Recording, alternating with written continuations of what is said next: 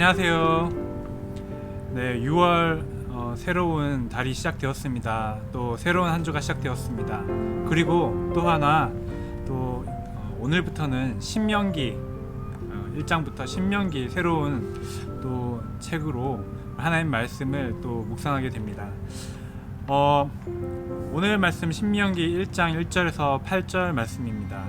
신명기가 어떤 책인지에 대해서 큐티책 앞에 설명이 되어 있는데 한번 읽어보시면 도움이 되실 것 같습니다. 특별히 이 신명기 말씀이 설교되었던 장소 모압 평지가 어느 곳인지도 이게 10페이지에 나와 있는데 한번 보시면 좋을 것 같습니다. 네, 어릴 때 재미있게 읽었던 책을 나중에 커서 읽어보신 적이 있으신가요? 그런 책이 있으시다면 아마 어릴 때는 이런 내용이 아닌 것 같았는데 이렇게 깊은 뜻이 있었구나 이렇게 느끼게 되실 겁니다. 하나님 말씀은 더욱더 그렇습니다. 성경 말씀은 변하지 않지만 정말 우리 삶 가운데 우리가 역사하시고 또 말씀하시는 그 하나님, 동일하신 하나님께서 오늘날 또 말씀하시기 때문에 예전에 읽었던 말씀이더라도 오늘 읽는 것은 또 새롭고 내일 읽는 것은 또 새로운 말씀이 되는 것입니다. 이 신명기 말씀은 특별히 예수님께서 오늘 이렇게 말씀이 전해지는 모압 평지 근처에서 사단의 시험을 받을 때 이 말씀을 붙잡고서 사단의 그 유혹을 이기셨습니다. 이렇듯 힘 있는 하나님의 말씀이고 오늘날도 우리가 여전히 붙잡아야 할 그런 말씀이 이 신명기 말씀입니다. 40년 동안 광야 생활을 했는데요. 처음에 광야에 들어와서 1년 동안 하나님께서 십계명도 주시고 성막도 세우게 하시고 여러 가지 말씀을 하셨습니다. 그리고 나서 땅을 정탐하라고 했을 때 거기에서 불순종하였기 때문에 38년간 더 광야에서 생활을 하게 되었습니다. 그리고 그 38년이 지나고 나서 총 40년이 지나고 나서 다시 한번 돌아보고 그때 하나님 말씀이 이런 뜻이었고 우리는 이렇게 했고 이런 것들을 돌아보면서 다시 한번 말씀을 전하는 것이 신명기의 내용입니다.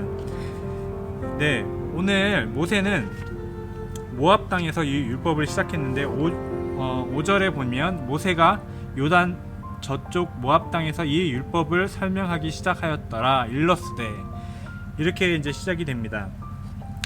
이미 벌써 요단 동쪽에서 두 민족과 싸워서 승리를 얻었습니다. 그리고 나서 이제 가나안 땅 들어가기 바로 앞에서 이제 특별히 2세들에게 자녀들에게 이제 이 말씀을 전하는 것입니다.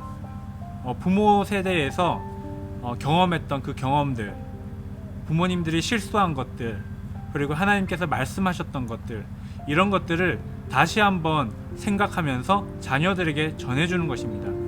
이 자녀들에게 부모님들의 신앙생활은 그 신앙생활의 이야기는 얼마나 큰 교훈이 되고 얼마나 다가오는 말씀이었겠습니까? 부모님들이 불순종했던 그런 역사까지도 다시 한번 돌아보면서 말씀하는 것입니다. 왜 가나안 땅에 들어갈 수 없었는지, 가나안 땅 들어가지 못하고 40년 동안 광야에서 고생했던 것, 사실은 가나안 땅에 들어가야지 되는데 들어가지 못한 그 고생들은 큰 의미가 없을 수 있습니다. 하지만 그 고생 가운데 의미를 깨닫는다면, 하나님의 그 메시지를 깨닫는다면 그 고생은 결코 헛된 고생이 아닐 것입니다. 제 2세대들이, 후손들이 그 잘못을 반복하지 않도록 다시 한번 알려주는 것입니다. 네, 그래야 소망이 있습니다. 우리는 과거에 매여 있으면 안 됩니다. 그렇다고 해서 과거를 무시하고 잊어버려서도 안 됩니다.